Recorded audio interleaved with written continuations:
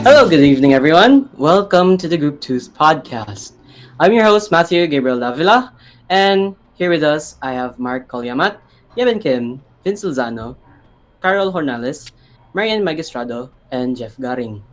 So for tonight, we'll be discussing about unhealthy comparisons and self-esteem issues based on social media. So I would like to have Carol on discussing about how social media is. Hi guys, I am Carol. Social media sites like Instagram, TikTok, and Facebook have changed how we connect with others and see the world. This platform mostly show the best parts of the people's lives, like touch up photos, planned scenes, and carefully edited posts. Not only display their happiest moments. So, this platform creates a big gap between online personas and real life. Setting impossible standard that can make people feel bad about themselves.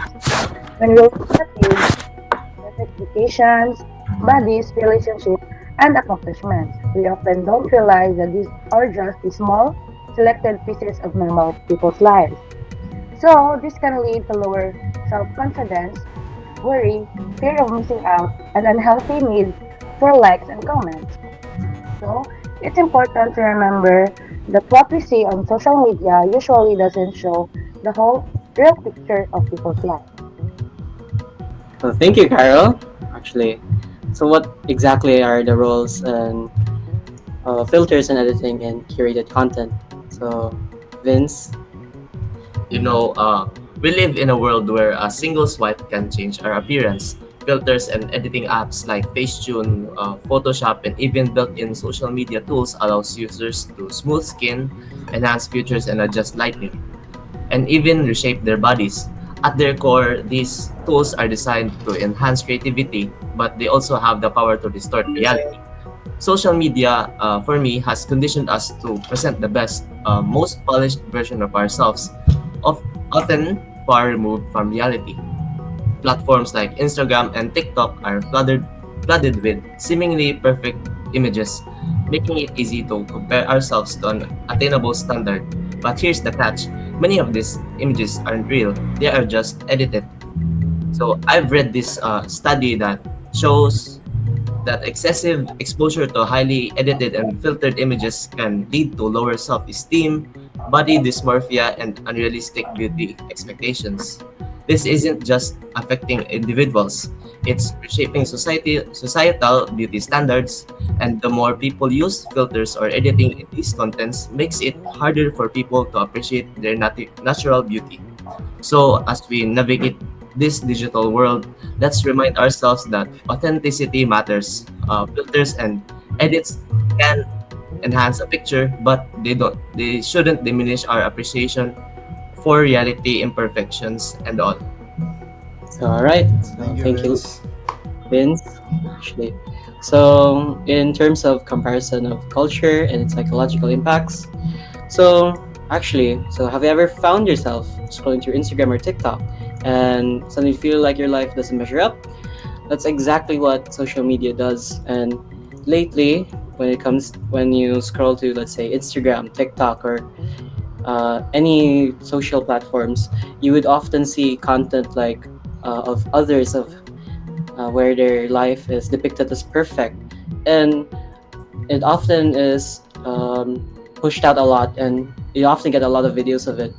And in return, you often tend to feel some sort of comparison to yourself, whether, and this is where your self-esteem, it actually impacts your self-esteem, uh, which can actually be very problematic, so to speak.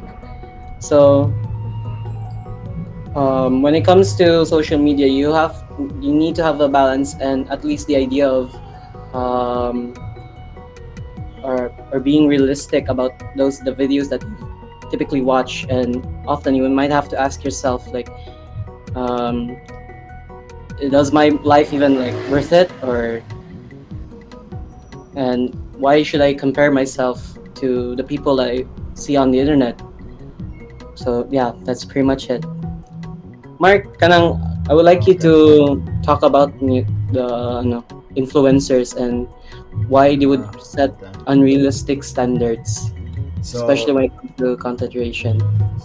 let's talk about something that affects millions of people daily, which is social media influencers and the unrealistic standards that they create. So, platforms like Instagram, TikTok, and YouTube are filled with influencers showcasing their perfect lives, flawless skin, ideal bodies, luxury lifestyles. But what we don't always see are the filters, the editing, and even the cosmetic procedures um, behind these images. Celebrities like Kim Kardashian, fitness influencers, and beauty gurus set unattainable beauty and success standards, making people feel like they're not enough. So, this has serious consequences. Studies show that constantly seeing perfect images online leads to body dissatisfaction, anxiety, and even eating disorders. So, for example, the rise of the Instagram face look influenced by heavy filters and plastic surgery has led to a bloom in cosmetic procedures among teens.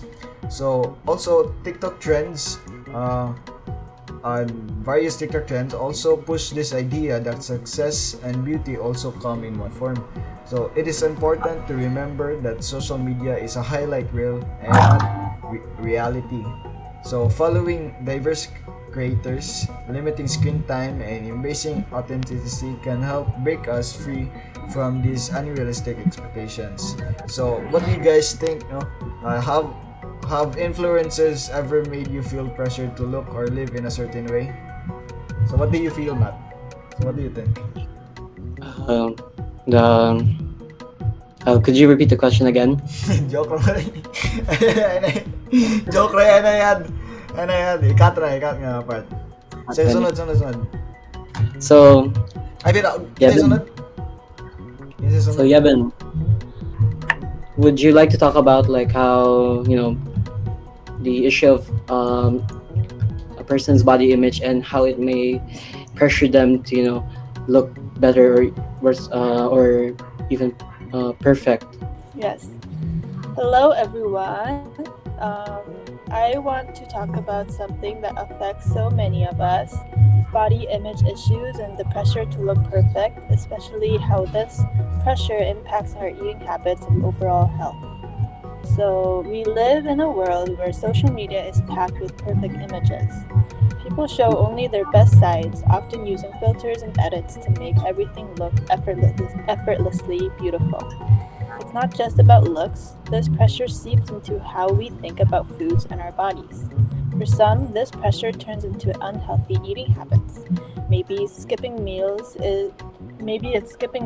to shed weight quickly, obsessing over calorie counts, or following extreme diets that promise quick fixes.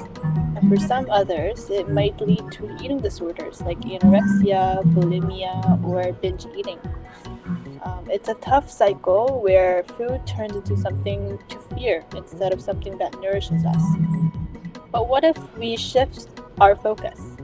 Instead of chasing an ideal body, what if we aim for health?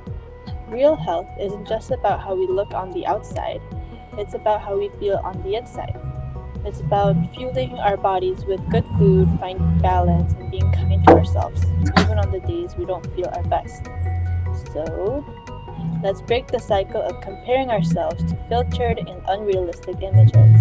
Instead, let's embrace the idea that being healthy, both physically and mentally, is far more important than fitting into a mold. By focusing on true well being, we can build a healthier relationship with food and with ourselves. Thank you. All right. So, thank you, Yebin. So, Thank you, Yebin. I would like to have Jeff to discuss on the impact of social media on mental health. Hi, Jeff. Hi, boss. Hi, boss. So, social media, but at what cost? Studies show that excessive use can lead to anxiety, depression, and loneliness. The constant highlight reels of others leaves fuel social comparison theory. We measure our worth against curated perfection, often feeling like we don't measure up. Endless scrolling also disrupts sleep, increases stress, and reduces real life connections. So, what's the fix? Set time limits, curate your feed, and remember, social media isn't reality.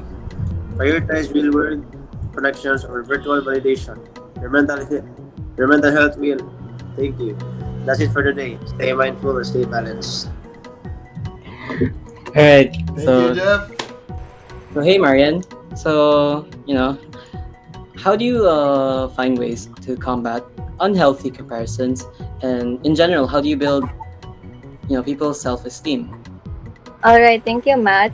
So, on ways on how to combat unhealthy comparisons and build self-esteem. So, just question yourself or look at the social media. So, have you ever looked at someone's post and thought or question yourself, why isn't my life like that? Or why don't I look like that?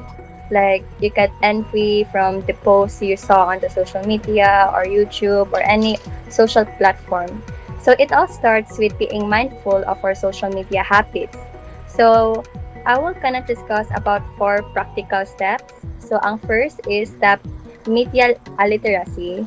So do you remember what you see online isn't the full picture? So you start questioning what you consume. Are these images edited, or is this really real? But in reality, it's not. Then secondly is set social media boundaries. So it is really essential because try limiting your screen time, because not limiting your screen time is really not really effective from your overall health and your responsibilities. So try to take breaks from scrolling. Then third is practice self-compassion. So always remind yourself that your worth isn't defined by your likes or how many followers you get from Instagram or other social medias. Then lastly, the fourth is allow positive accounts. So you start unfollowing pages that make you feel insecure and start following ones that promote self-love and about mental health. Thank you. Yeah. All right. Okay. Thank you, Thank you, Marianne. Marianne. So yeah, that was pretty much it, everyone. So thank you, everyone, for listening, and hope to see you guys again soon. Thank you, guys. Thank you, Bye. everyone. Gabriel. Bye. Bye. Okay, okay na to eh.